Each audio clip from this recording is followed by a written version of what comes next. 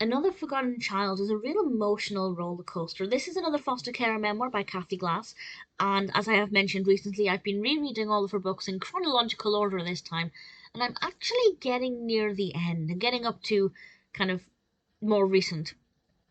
And this one is actually one that I remember reading quite a while ago. I don't think it was the first one I read, but certainly one of the first ones. And I remember being quite disturbed by it then. I think because I'd recently read Jodie's story, it wasn't as shocking as it could have been.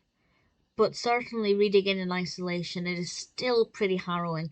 Now, I mentioned Jodie's story because throughout this, Aimee, the little girl, is often compared to Jodie. Jodie appeared in a Cathy Glass book, I think maybe two or three memoirs back, chronologically speaking.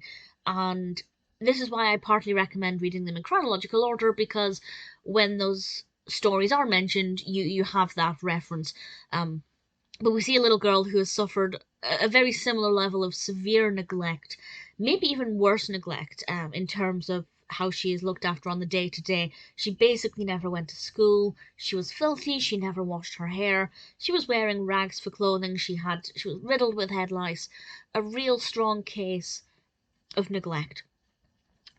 But as Aimee spends time with Cathy and talks to her more, it's possible that there was also some level of sexual abuse as well, and I won't say too much more about that because obviously that's the point of the narrative of finding out more about what happened to her. But it's really difficult to read. In some ways, it's really easy to read because I couldn't put it down. I was desperate to find out what would happen to Aimee because I couldn't remember. It's been quite a few years since I read it. But the reason it was really frustrating is because of her mother.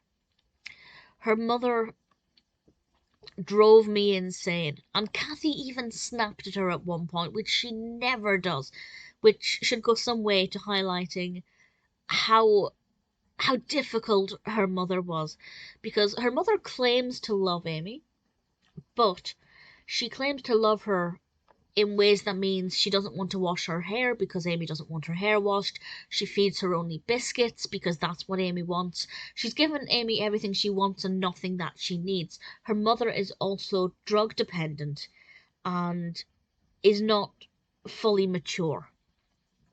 I don't know if the book ever explains exactly what her mental capacity is, but she's definitely not behaving like a fully mentally developed adult who can look after a child.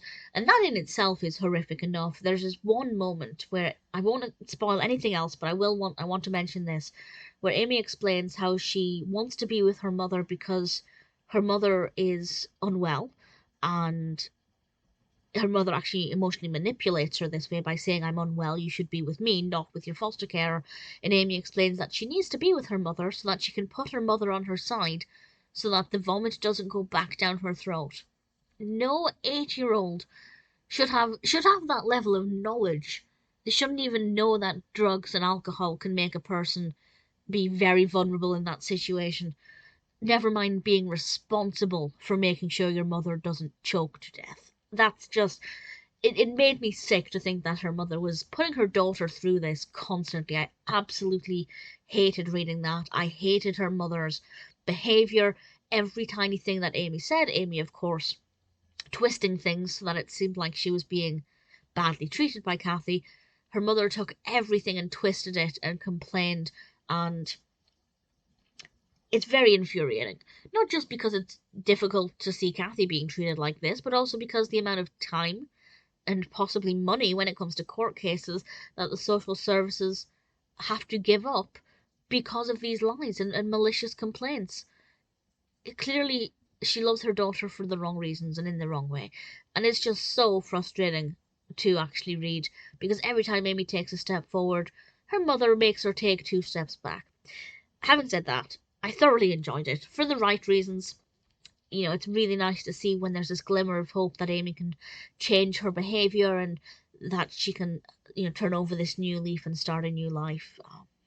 So for the right reasons, I enjoyed it, but there were definitely times when it was really difficult to read because I just wanted to really hurt her mother, to be perfectly honest.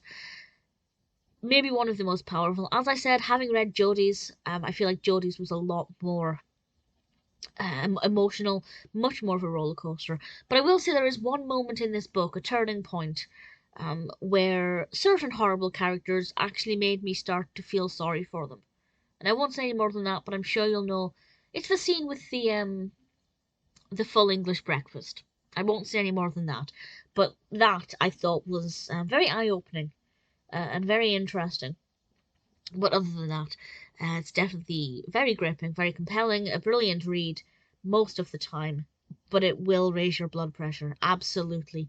Another Forgotten Child is very well written, definitely worth reading. I think this is a very good example of what you can expect from a Cathy Glass book. It's not the most harrowing or traumatizing, but at the same time, it has a pretty solid level of abuse and neglect, which most of the children she fosters have experienced. So if you haven't read any of her books, this is as good a place to start as any, but I also recommend you start from the beginning because while I'm sad that I'm near the end, I have really thoroughly enjoyed rereading them all, this time chronologically.